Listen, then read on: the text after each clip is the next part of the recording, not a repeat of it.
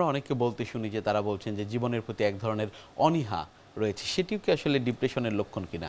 যখন ডিপ্রেশনটা তীব্র হয়, আমরা যদি ডিপ্রেশনটা ওইভাবে ভাগ করে ফেলি, মাইল্ড, মডারেট, সিভিয়ার, মৃদু, মাঝারি এবং তীব্র, যখন ডিপ্রেশনটা তীব্র হয় তখন কিন্তু জীবনের প্রতি তার বীতশ্রদ্ধতা আসে, জীবনের প্রতি কোনো তার মায়া থাকে না, অনেক ক্ষেত্রে খুব কঠিন একটি সিদ্ধান্তের মধ্যে চলে আসে, সে হয়তো আত্মাহুতি দিয়ে দিতে পারে। এটা একটু ডিপ্রেশনের একটু কঠিন পর্যায়ে, যখন নিশ্চয়ই। চিকিৎসা করা হয় না, শেষ পর্যায়ে চলে যায়, তখন তখন চতুর্দিকে সব কিছু মনে হয় যে কেউ নেই আর কি, সেই গানের লাইনের মতো আর কি, আশা নেই, আলো নেই, শুধু আধার চারিদিক, মনে হয় যে কোনো কিছুই নেই, আমার সব কিছু বোধহয় বৃথা হয়ে গেল, আমার কোনো কিছুই কাজে লাগলো না, আমার দ্বারা কিছুই হলো না, এরকম একটা তৈরি কিন্তু হয়।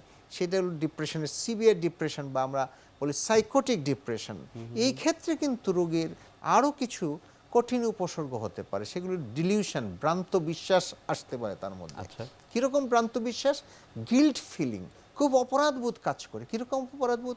সেই কোন কালে যখন আমি ক্লাস 10-এ পড়েছিলাম বা ইন্টারমিডিয়েটে পড়েছিলাম, কারো একটু হাতটা ধরেছিলাম, এখন মনে হয় সেই হাত ধরা তো অন্যায় হয়ে গেল, এইটা তো আমি তাদের তো বিয়ে করি নাই, আমার তো এটা বড় পাপ হয়ে গেছে। সেই গিল্ট ফিলিং একটা চলে আসছে।